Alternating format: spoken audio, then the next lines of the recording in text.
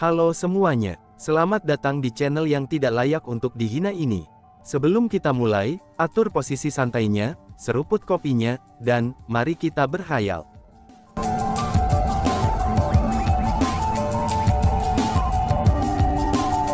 Melanjutkan cerita sebelumnya, kamu ini, setelah makan, kamu harus menyeka mulut kamu, ucap Putri Ling Yue. Putri Ling Yue mengeluarkan sapu tangannya, dan mulai menyeka sudut mulut Xian Miao Miao. Dia juga tersenyum dengan mata penuh kelembutan. Putri Ling Yue terkenal karena sangat ramah. Dia biasanya akan menampilkan sisi lembutnya kepada orang lain. Namun demikian, hanya ketika dia bersama Xiao Miao Miao sajalah dia akan mengungkapkan kelembutannya yang paling murni. Hehehe, aku tidak punya hobi lain selain makan, ucap Xian Miao Miao sambil memeluk Putri Ling Yue dengan erat. Dengan mata terpejam, dia mulai menggosok wajah kecilnya di pelukan Putri Ling Yue tanpa henti. Penampilannya seperti anak kucing yang centil. Tidak heran jika ibu menamai kamu Miao Miao. Kamu benar-benar anak kucing yang rakus, ucap Putri Ling Yue dengan lembut sambil menepuk kepala Xian Miao Miao. Tiba-tiba saja tatapannya melintas, dan dia meraih ke bahu Xian Miao Miao.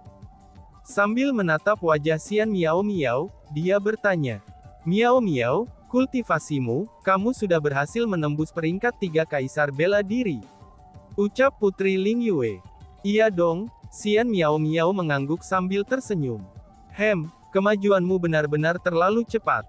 Itu jelas-jelas hanya beberapa saat sejak terobosan terakhirmu, ucap Putri Ling Yue. Meskipun Putri Ling Yue mengatakan kata-kata itu, tapi dia sebenarnya sangat senang. Awalnya, hanya laki-laki yang diizinkan mewarisi tahta Raja Elf. Kematian putra tunggal Elf King saat ini, itu setara dengan dirinya yang tidak memiliki penerus untuk naik tahta. Karena itulah, dia menginginkan putra lain sepanjang waktu. Namun setelah kelahiran Xian Miao Miao, dia menyerah pada pemikiran itu. Alasan untuk itu adalah, karena dia memutuskan untuk meminta Xian Miao Miao menggantikannya. Untuk itulah, dia telah mengumpulkan semua tetua untuk mengadakan pertemuan dengan mereka. Setelah mengetahui niatnya, semua tetua segera menentangnya. Meskipun ayah Xian Miao Miao adalah Elf King, tapi dia masih ditekan oleh mereka. Namun demikian, bakat Xian Miao Miao segera terungkap. Kultivasinya mulai meningkat dengan kecepatan kilat, bahkan sampai ke tingkat yang menyebabkan orang menjadi terdiam. Di bawah situasi seperti ini, para tetua yang awalnya dengan tegas menentang Xian Miao Miao menggantikan tahta, kini mereka tidak lagi mengatakan apa-apa. Alasan untuk itu adalah, karena bakat Xian Miao Miao terlalu mengerikan, sehingga sangat menakutkan. Untuk elf zaman kuno seperti dia, meskipun dia seorang wanita, tapi masih bisa dimengerti baginya untuk menggantikan tahta. Lagi pula, Raja Elf umumnya selalu diisi oleh elf era kuno terkuat. Sebab itulah, yang terkuat yang memenuhi syarat untuk duduk di atas tahta Raja Elf. Miao Miao, aku bertemu manusia hari ini, ayo tebak siapa itu? Tanya Putri Ling Yue.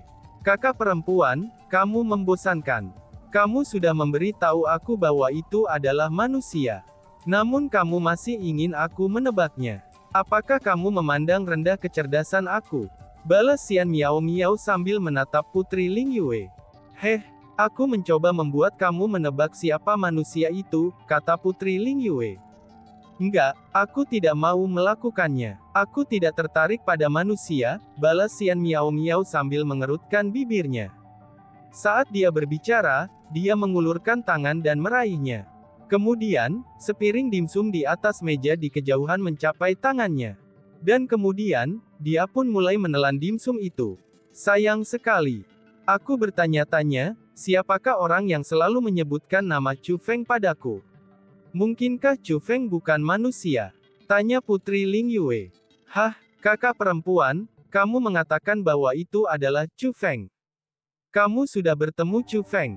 Di mana? Tanya Xian Miao Miao. Pada saat itu, Xian Miao Miao segera menyambar sudut pakaian Putri Ling Yue.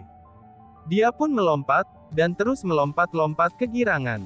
Lihatlah dirimu. Jika aku memberi tahu kamu bahwa dia saat ini berada di dalam kerajaan elf kita, bukankah kamu akan menjadi liar dengan sukacita? Putri Ling Yue berkata sambil tersenyum.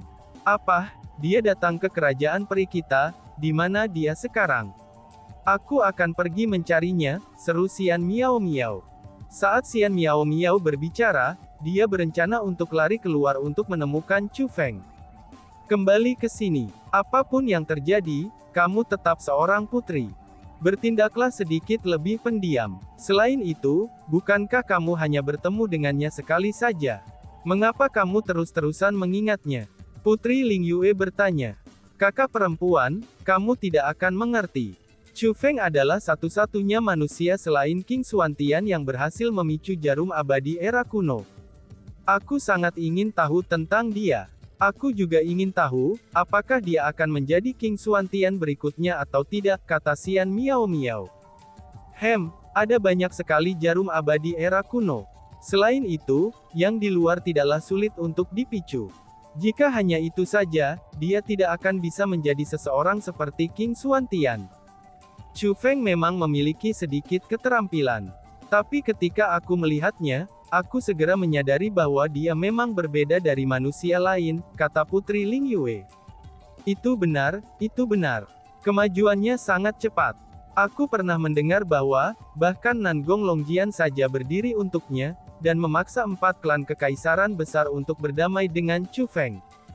Dia rela melakukannya, itu karena dia menyadari potensi Chu Feng, kata Xian Miao Miao. Memang benar bahwa dia sangat menjanjikan, tambah Putri Ling Yue sambil mengangguk. Kakak perempuan, dalam hal ini, cepat katakan padaku di mana Chu Feng. Aku akan pergi dan menemuinya, kata Xian Miao Miao. Jangan terburu-buru seperti itu. Aku harus mengujinya terlebih dahulu, kata Putri Ling Yue. Menguji, untuk apa kamu menguji Chu Feng? Xian Miao Miao bertanya dengan rasa ingin tahu. Tidak, bukan Chu Feng. Tapi Xian Yuxi, kata Putri Ling Yue. Xian Yuxi, mendengar kata Xian Yuxi, Xian Miao Miao benar-benar bingung. Xian Yuxi, alasan mengapa aku memutuskan untuk membawanya bersamaku dan membantunya berlatih adalah, karena aku menemukan bahwa sifatnya sama dengan kakaknya, Xian Yuyin. Sifat seperti itu sangatlah buruk. Jangankan untuk orang luar, sifatnya itu akan sangat berbahaya bahkan bagi kita para peri kuno. Jadi, aku ingin mengubahnya. Namun demikian, aku menemukan bahwa sifat seseorang benar-benar sulit untuk diubah. Kali ini aku sengaja membuatnya menerima Chu Feng, dan mengisyaratkan beberapa hal kepadanya. Aku ingin melihat apakah dia akan memilih dengan benar atau tidak. Jika dia memilih dengan benar, maka itu akan baik-baik saja. Maka di masa depan, terlepas dari apa yang ingin dia lakukan, aku tidak akan peduli dengan itu. Namun jika dia salah memilih, sifatnya harus ditekan. Kami benar-benar tidak dapat membiarkan Xian Yuyin kedua muncul kembali, kata Putri Ling Yue. Oh, aku mengerti, aku mengerti. Tetapi Kak, bukan berarti aku menemukan kesalahan kamu, tetapi kamu hanya membuang-buang waktu saja. Xian Yuxi itu pasti akan mengecewakan kamu. Dia hanya memiliki sifat yang sama seperti kakaknya, kata Xian Miao Miao. Jika itu masalahnya, tidak ada yang bisa dilakukan. Aku sudah memberinya kesempatan, kata Putri Ling Yue. Di sisi lain, pada saat itu, Chu Feng masih menunggu di luar gerbang kota kerajaan elf. Namun demikian, Chu Feng tidak berharap bahwa dia harus menunggu dari senja hingga fajar. Namun meskipun sekarang sudah fajar, Chu Feng tidak menanyakan kepada penjaga kemana Xian Yuxi pergi, dan juga tidak meninggalkan tempat itu. Namun sebaliknya, dia terus menunggu. Ketika siang datang, penjaga elf era kuno berjalan keluar dan membawa Chu Feng ke istana tempat Xian Yuxi tinggal. Chu Feng, aku benar-benar minta maaf. Aku terlalu lelah tadi malam. Setelah aku selesai mengurus hal-hal, aku tanpa sengaja tertidur. Setelah aku selesai makan sarapan dan membereskan barang-barang, aku merasa seperti telah melupakan sesuatu. Baru setelah memikirkannya dengan sangat keras, aku ingat bahwa aku telah melupakan kamu, kata Xian Yuxi dengan senyum berseri-seri. Dia tampak seperti menghina Chu Feng dengan kata-katanya. Dia mengatakan bahwa Chu Feng sangat tidak penting, sehingga dia tidak hanya melupakan keberadaan Chu Feng, bahkan dia butuh banyak upaya hanya untuk mengingat keberadaan Chu Feng. Hehehe, mendengar itu, Chu Feng hanya tersenyum ringan pada penghinaan Xian Yuxi. Dia tidak mau memasukkan ke dalam hatinya terlalu dalam. Alasan untuk itu adalah, karena dia sudah mengantisipasi bahwa Xian Yuxi akan dengan sengaja membuat segalanya menjadi sulit baginya. Chu Feng, kamu pasti lapar kan? Ayo cobalah hidangan kuliner yang telah aku siapkan untuk kamu, ucap Xian Yuxi sambil menyerahkan mangkuk dari meja ke Chu Feng. Setelah melihat mangkuk itu telah diserahkan, Chu Feng mulai mengerutkan kening. Di dalam mangkuk itu ada zat seperti pasta hitam. Selanjutnya, zat itu terus menggelegak tanpa henti. Itu sama sekali bukan makanan. Namun sebaliknya, itu adalah racun. Hal-hal yang dimakan elf era kuno benar-benar istimewa, ucap Chu Feng. Saat Chu Feng memandang makanan hitam di mangkuk, dia tersenyum dan tidak menerimanya. Ini bukan sesuatu yang kita makan peri kuno. Ini disebut Black Lotus Go. Ini adalah zat khusus yang diproduksi oleh racun fatal zaman kuno. Namun demikian, aku pernah mendengar bahwa itu bisa dimakan. Hanya saja, aku tidak berani mencoba memakannya. Itulah sebabnya, mengapa aku ingin kamu membantu aku menguji apakah makanan ini dapat dimakan atau tidak, dan rasanya enak atau tidak, kata Xian Yuxi dengan senyum di wajahnya. Senyumnya bahkan sangat menyeramkan. Kamu ingin menggunakan aku sebagai subjek percoba? Tanya Chu Feng. Kamu tidak harus memakannya. Namun jika kamu memilih untuk tidak memakannya, maka kamu bisa melupakan tentang mendapatkan 10.000 daun Sparrow Tail Flower, kata Xian Yuxi.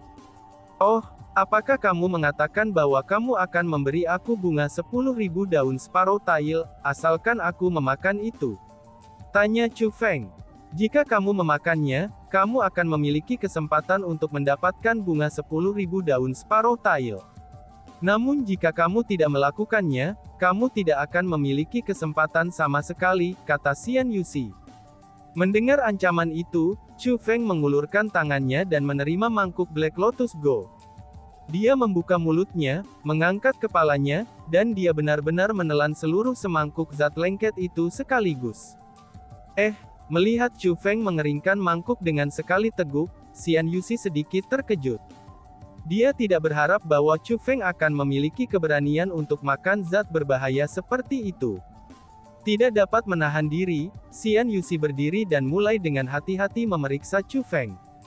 Dia ingin melihat, apa reaksi Chu Feng setelahnya. Setelah memeriksa Chu Feng dan menemukan bahwa Chu Feng baik-baik saja, ia mulai mengerutkan keningnya dalam-dalam. Bagaimana rasanya? Tanya Xian Yuxi. Sulit untuk dikatakan.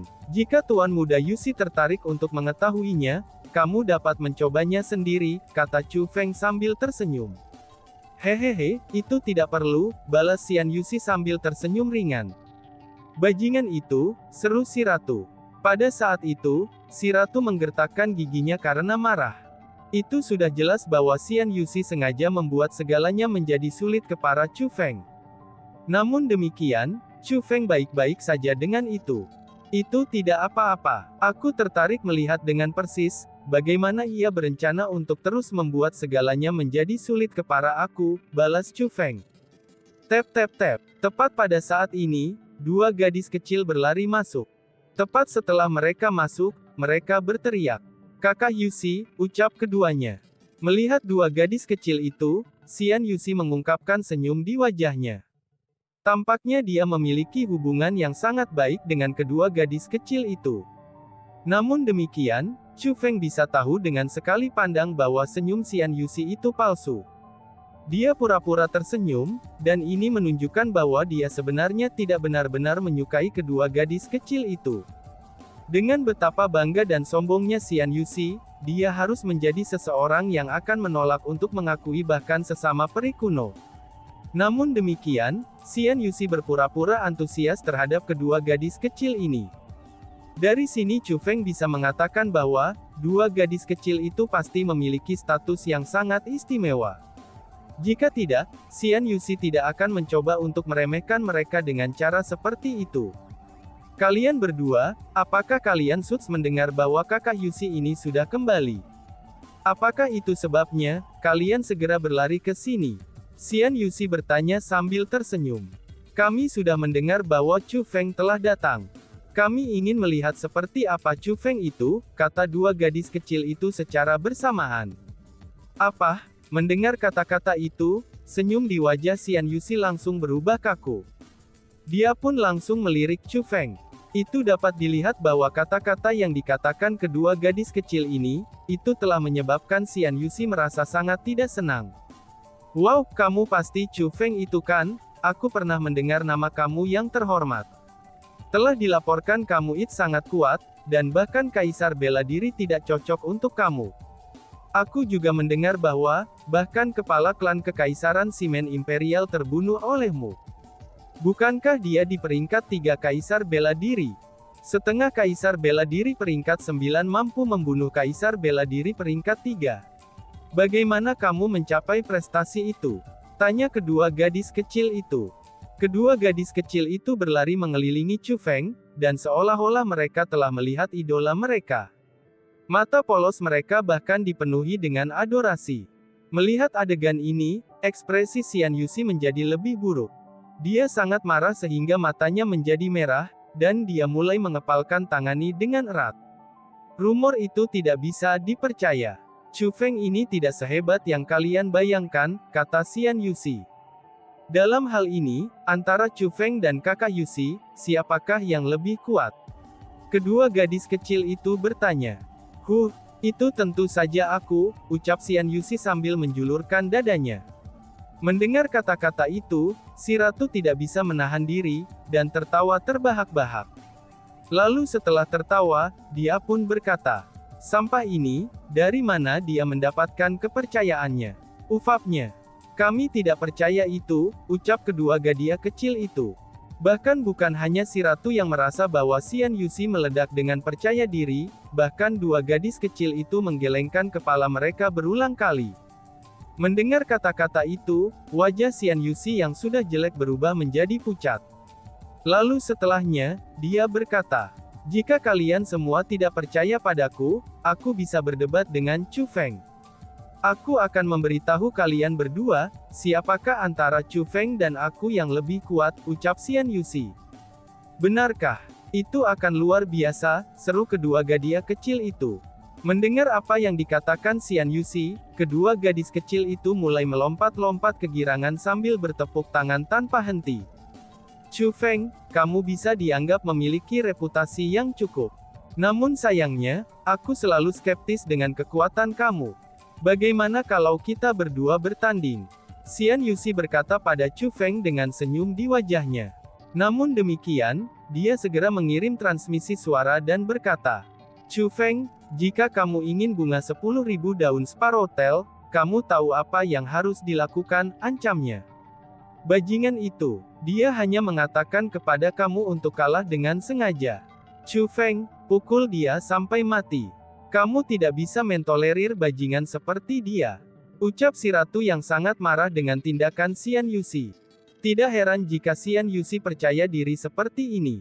Dia sebenarnya berencana untuk membuat ancaman, dan berjanji akan kehilangan Chu Feng dengan sengaja. Dia terlalu tak tahu malu.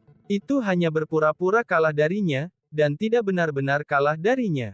Jika aku benar-benar bisa mendapatkan bunga 10.000 daun Sparrowtail hanya dengan itu tidak akan sia-sia, kata Chu Feng. Tapi kamu harus tahu, bahwa bajingan tidak akan memberi kamu daun 10.000 daun Sparrowtail bahkan jika kamu kalah, kata si ratu. Tidak masalah apakah dia mau memberiku bunga 10.000 daun Sparrowtail atau tidak. Yang penting adalah, apakah Putri Ling Yue mau memberi aku bunga 10.000 daun Sparrowtail atau tidak, kata Chu Feng. Ini berarti niatmu adalah, seru si ratu. Mata si ratu segera bersinar, dan dia sepertinya telah memikirkan sesuatu. Xian Yuxi hanyalah bidak catur. Aku tidak peduli apa yang dia pikirkan. Namun demikian, aku peduli apa yang dipikirkan Putri Ling Yue. Karena Putri Ling Yue mengizinkan aku untuk masuk, tetapi tidak secara pribadi menerima aku. Dan sebaliknya malah Xian Yuxi yang tidak menyukai aku untuk menerima aku, ini sudah jelas bahwa dia telah melakukannya dengan suatu tujuan. Jika semua kesulitan yang disengaja ini adalah cobaan, maka aku harus menanggung cobaan ini. Aku sudah berjanji pada Ruoshen bahwa aku akan membawa kembali bunga 10.000 cuti Sparrow Tail, ucap Chu Feng. Saat Chu Feng mengucapkan kata-kata itu, hatinya telah ditentukan. Karena itulah, si ratu tidak cocok untuk mengatakannya lagi. Dia tahu temperamen Chu Feng. Apa yang dia putuskan tidak bisa diubah oleh orang lain. Chu Feng, apakah kamu berani melawan aku atau tidak? Desak Xian Yuxi. Ayo, balas Chu Feng. Pada saat itu, Chu Feng tersenyum ringan. Dia telah memutuskan untuk menghadapi Xian Yuxi. Wush wush wush. Tepat setelah kata-kata Chu Feng keluar dari mulutnya, Xian Yuxi segera mulai menggerakkan tangannya untuk menyerang Chu Feng. Dari sini bisa dilihat, betapa tidak sabarnya dia. Dengan kultivasi setengah kaisar bela diri peringkat 9, dengan kekuatan pertempuran yang menantang surga yang mampu melampaui 3 tingkat kultivasi, dan keterampilan bela diri yang disempurnakan, Xian Yuxi pasti akan dianggap sebagai jenius puncak di tanah suci martialism.